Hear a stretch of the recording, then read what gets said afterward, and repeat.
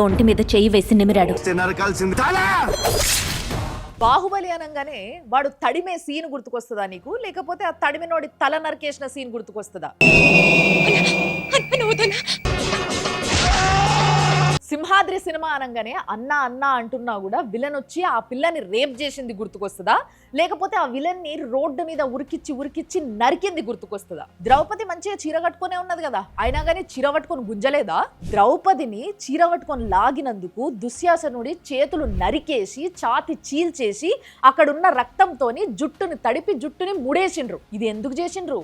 ఇలాంటోళ్ళు ఫ్యూచర్లో పుట్టుకొస్తారు, తర్వాత వచ్చినప్పుడు ఈ విధమైన శిక్ష వేయండి అని ఒక ఎగ్జాంపుల్ సెట్ చేసింది. సీతమ్మ మంచిగా నిండుగా చీర కట్టుకునే ఉంది కదా, అయినా కానీ రావణాసురుడు ఎత్తుకపోలేదా?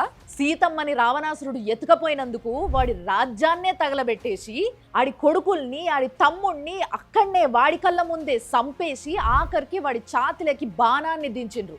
అది గుర్తుండదా? గుడి మీద కూడా బూతు బొమ్మలు ఉంటాయి కదా, అంటే నువ్వు గుడికి పోయేది ఇది చూసేటందుకు, నీ మైండ్ సెట్ అక్కడ ఉంది. సేమ్ అదే బ్యాచ్, తడమడము రేప్ సీన్లు ఇవే గుర్తుంటాయి.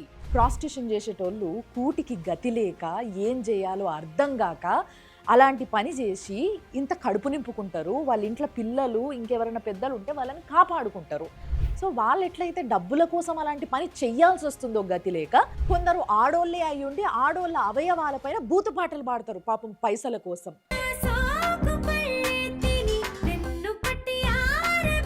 కొందరేమో ఆడోళ్ళే అయి ఉండి వేదిక మీదకి ఎక్కి ఆడోళ్ళ అవయవాల పైన కామెడీలు చేస్తారు పాపం పైసల కోసం. నువ్వు రాశిగారి ఫలాల గురించి మాట్లాడుతున్నావు.